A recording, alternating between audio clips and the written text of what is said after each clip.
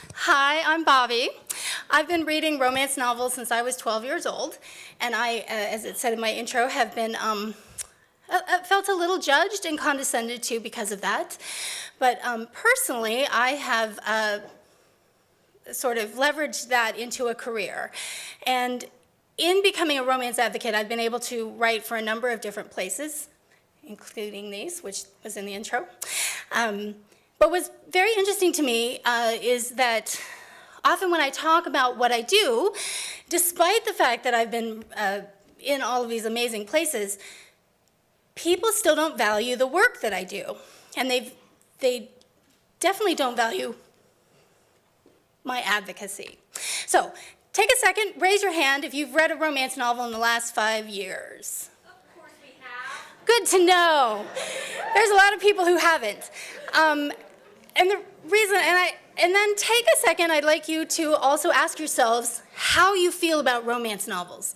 So when you meet someone who says they read romance novels or they talk about romance novels, ask yourself how you feel about that.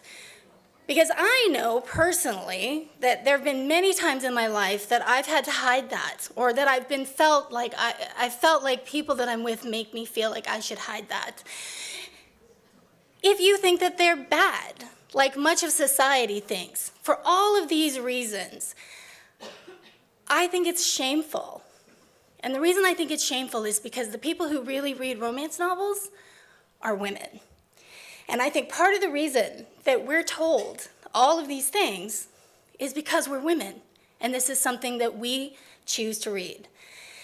And as a society, I believe it's yet another way that we are shamed by the things that matter to us.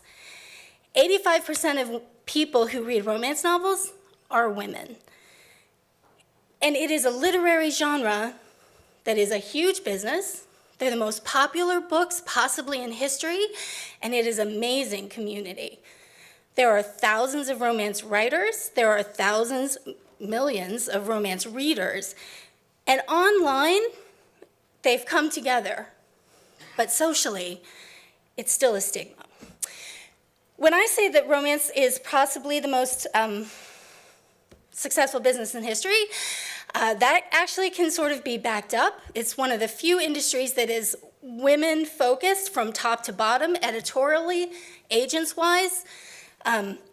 It accounts for $1 billion, over $1 billion in sales every year. It accounts for 15 to 17% of all commercial fiction sales on the marketplace, and it dominates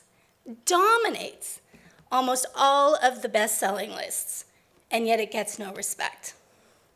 Why? Most people in the business think it's because it's women. It's about women, by women, for women, it's edited by women, and it talks about things, with all due respect, that sometimes men don't value. Sex, feelings, community, friendships. This is the romance community. This is a book signing at RWA, Romance Writers of America.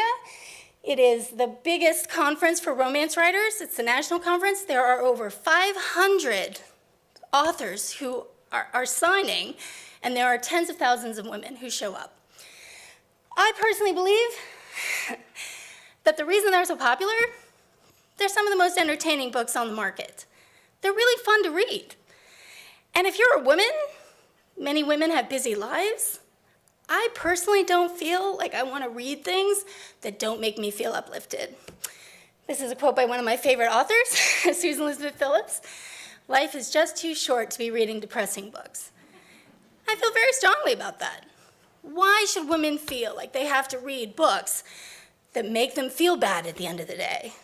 And I personally feel lots of literary fiction, women are either wallowing or they have no agency.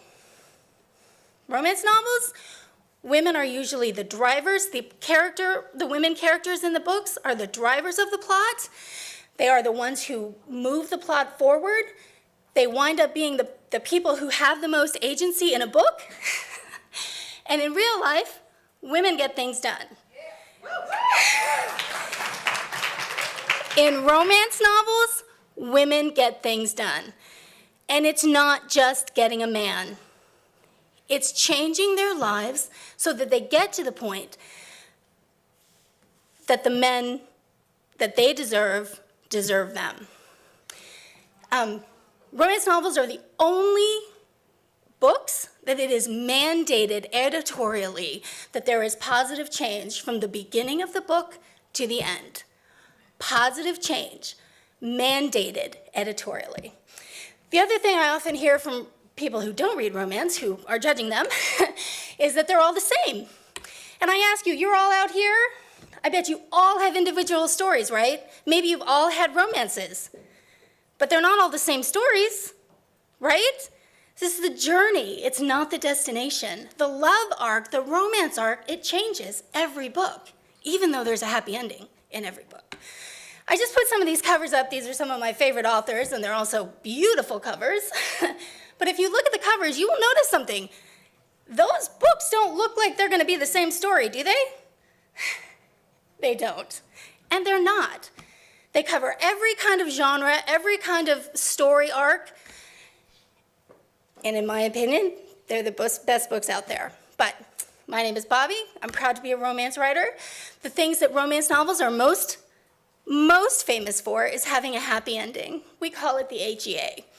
And for me, in my life, what I try to focus on and try to advocate for is the happy ever after for the romance genre. I don't think that any of you need to go out and read a romance novel if you don't want to. I highly encourage you to because they're very entertaining and very empowering. But I really hope that if you leave here tonight, the one thing you will stop doing if you do it is stop putting romance novels down. Thank you.